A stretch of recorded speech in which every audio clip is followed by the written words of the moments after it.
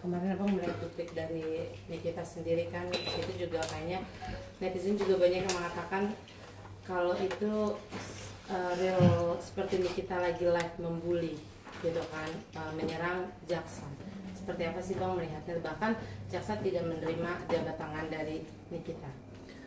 Ya sebenarnya duplik kemarin itu kita harapkan lebih berbeda ya, karena bagaimanapun itu akhir dari sebuah pembelaan bagi Nikita Mirzani gitu loh.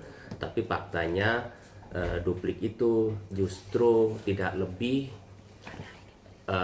fokusnya seperti hal-hal sebelumnya ya, terkait menyerang pribadi, menyerang institusi, itu yang terjadi gitu loh. Ya enggak?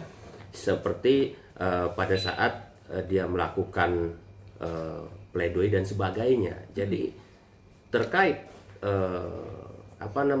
dia fokus pada masalah objek hukumnya, terkait dakwaan itu sedikit gitu loh. Jadi dia itu lebih melebar bagaimana membuat asumsi lain dengan menyudutkan pihak-pihak tertentu, personal maupun institusi gitu loh, yang sama sekali tidak ada hubungan hukumnya gitu loh dengan permasalahan dia gitu loh. Itulah yang pada akhirnya kalau menurut saya ya blunder gitu loh, seperti itu. Oke bang, tapi kan di beberapa media juga menyebutkan dia membantah dua tuduhan lah, bisa dibilang gitu, dalam artian memberi uang 5M, menyuruh Mail, dan memakai handphone atas tuduhan yang belakangan inilah di dalam lapas gitu kan. Dan itu gimana nih, mungkin abang melihat banyak bantahan-bantahan dari Nikita juga di dupliknya yang sudah melebar kemana-mana, tidak dalam ininya dakwaan.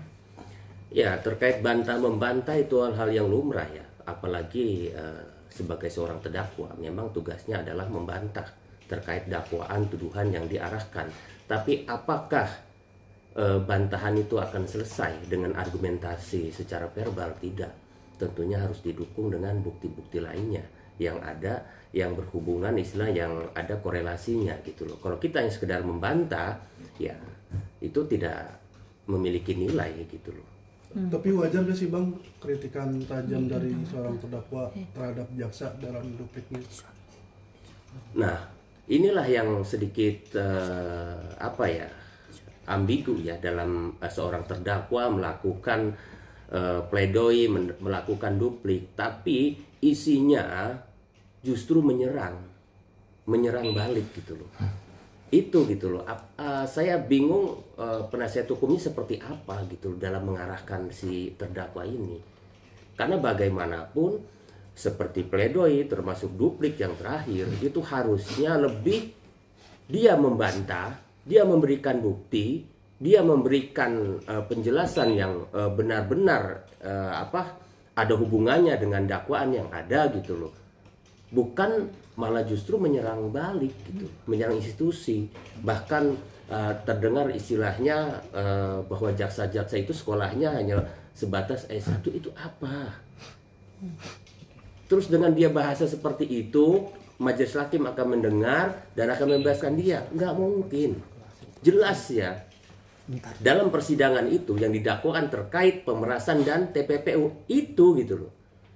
Kalau mau dibantah itu dari mana gitu loh? Ya dari kronologi dan cerita itu harusnya sejak awal ya enggak itu dilakukan gitu loh, secara tahap demi tahap, maupun terdakwa ataupun kuasa hukumnya untuk membantah itu. Ini kan fokusnya kalau saya amati sejak awal 75% itu lebih melebar menyerang individu, menyerang secara personal, menyerang secara institusi gitu loh. Bahkan membuat narasi-narasi yang sifatnya menjelekkan jaksa.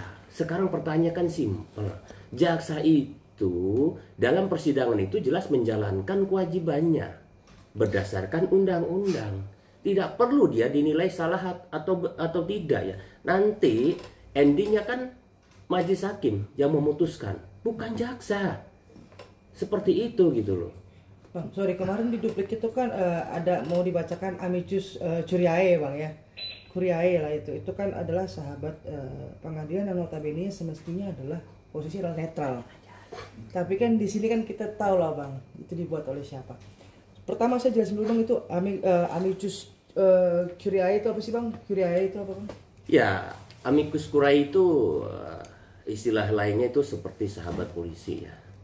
Jadi pada prinsipnya amicus curiae itu sebenarnya tidak diatur dalam undang-undang. Dia harus kapan diajukan, ya enggak? Tapi idealnya waktu pengajuannya itu adalah dilakukan pada saat kesaksian atau pembuktian.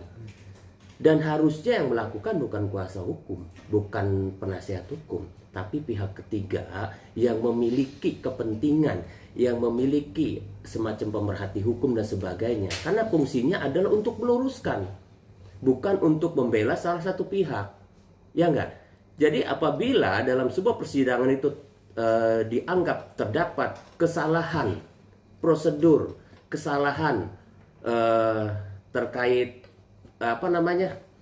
persidangan itu bisa dihadirkan gitu loh oleh misalnya ada semacam bukannya ormasnya, lembaga apalah gitu yang terkait masalah hukum, dia mengajukan itu untuk intinya untuk mengklirkan terkait permasalahan persidangan yang ada, itu boleh gitu loh. Kenapa di akhir tiba-tiba ujuk-ujuk dia mau mengajukan amicus curiae? Kan aneh gitu loh.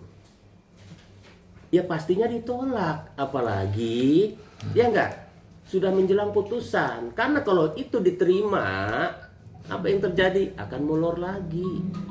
Seberapa berpengaruh sih bang si amicus curiae ini bang? Ya sebenarnya amicus curiae itu kan bisa dihadirkan gitu loh. Contohlah saya, pihak ketiga orang luar menganggap dalam persidangan Nikita Mirzani ini, wah nggak beres nih. Misalkan Nikita Mirzani ini patut diduga telah persekusi gitu loh kan dalam permasalahan hukum ini gitu loh. Dalam permasalahan hukum istilahnya ada ketidakadilan di sana. Disitulah hadir saya untuk menghimpun beberapa orang, saya ajukan istilahnya saya mohonkan ke majelis hakim untuk untuk mendaftarkan seperti amicus curiae tadi, seperti itu gitu loh. Seperti dulu waktu sidangnya Haris Azhar kalau nggak salah ya, terkait Pak Luhut kan, itu kan ada ya nggak yang mengajukan LSM atau siapa kan, seperti itu gitu.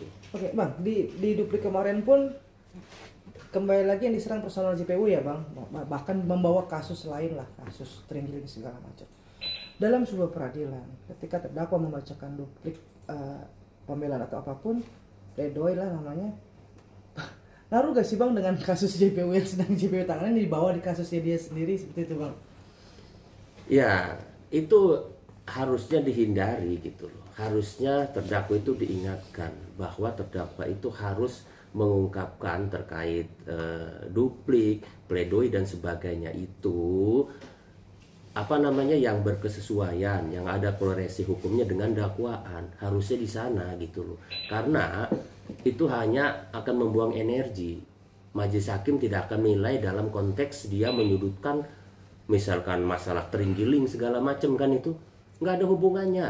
Kalaupun majelis hakim ya seperti di awal dia tuduhkan JPU terima uang dan sebagainya, itu ranahnya bukan di sana, berbeda. Bukan berarti perkara peradilan itu harus dibatalkan, nggak ada gitu loh. Seperti itu. Jadi itu nggak ada hubungannya. Oke, kalau terakhir saya bang, kalau kesimpulan bahwa apapun yang diungkapkan sekali lagi itu kan pasti kan ada kuasa hukum yang membimbing ya bang, yang di kasus ini berarti yang bukan harus bertanggung jawab, tapi yang semestinya menjadi orang yang paling bijaksana itu adalah kuasa hukumnya. Tapi di sini tidak seperti itu sih bang? Iya betul, itu betul sekali ya. Bahwa kita lihat dari persidangan ke persidangan itu terdakwa tuh lebih dominan dibanding penasihat hukumnya. Ya bahkan kalau orang sudah mempercayakan terkait pledoi dan sebagainya, semuanya menyerahkan ke penasihat hukum gitu loh. Bukannya serta merta seolah-olah justru kalau kita lihat penasihat hukum tuh justru nggak ada apa-apanya gitu loh, ya nggak. Jadi terdakwa ini lebih dominan gitu dalam setiap persidangan, seperti itu. Nah, Bang, kalau dari kesimpulan semuanya ini Abang berbicara sebagai praktisi hukum ya Bang, bukan melewati atau bukan melangkahi. Kira-kira dari semua yang sudah terlewati, pandangan hukum Bang ini memberatkan, meringankan atau seperti apa nih Bang? Ya, kalau saya bisa kasih narasi menurut saya ya, kesimpulan saya sejak awal persidangan, karena kebetulan saya juga mengikuti gitu loh. Ini sangat disayangkan sekali gitu loh. Entah apa penasihat hukumnya yang tidak mengerti, ataukah memang terdakwanya yang sulit untuk dikasih masukan atau dinasehati ya. Karena dari sidang ke persidangan selalu ada drama, meskipun itu tidak gaduh gitu seperti sebelumnya. Selalu begitu keluar tuh selalu ada statement gitu loh, entah jaksa begini, entah jaksa begitu gitu kan, ya enggak. Yang paling parah kan pada awal persidangan yang terkait USB itu kan, iya kan, itu kan paling parah. Bukan hanya JPU kan, hakim juga diduga terima itu. Di situ sebenarnya terdakwa ini sudah blunder, ya enggak. Sudah terdakwa ini memohon keadilan, orang yang dimohonkan keadilan itu sudah diserang lebih dulu pribadinya gitu loh, seolah-olah dia telah menerima suap, bahkan dilaporkan ke KPK. Sidang berikutnya lagi yang kita dengar bahwa di endingnya ada lagi katanya dia sudah dipanggil KPK, padahal kan itu kan hanya ini aja gitu loh. Jadi tidak ada gitu loh secara eksplisit gitu loh, walau apapun itu bentuknya, dia itu benar-benar yang walaupun tidak secara langsung minta maaf gitu, ikut persidangan tuh mulus gitu. Kalau kita lihat tidak ada di dalam kasus persidangan itu benar-benar mulus, ya enggak. Selalu ada yang membuat statement yang menyerang pihak tertentu gitu. Seperti halnya kemarin terkait salaman kan dengan jaksa kan gitu loh. Itu menjadi haknya Niki ya Bang ya? Hak JPU nggak sih Bang? Itu kan personal, tidak ada hubungannya dengan persidangan. Jadi tidak perlu dengan gugat. Kalau misalkan saya orang Muslim, saya nggak mau, itu hak saya gitu loh. Seperti itu gitu kan, kayak gitu. Karena di sisi lain kan jaksa juga kan orang yang memiliki hati gitu loh. Begitu pribadinya diserang gitu loh, ya pasti kan ada perasaan kesal gitu ya. Kalau meskipun saya lihat itu tidak tertuang gitu dalam kebijakannya mereka kan, karena bagaimanapun tugas jaksa itu adalah mengawal apa yang menjadi fokus dakwaannya, putusannya ya nanti majelis hakim seperti apa. Jadi sangat salah gitu loh kalau justru menyerang jaksa seperti itu. Oke. Sip, lagi? Nah.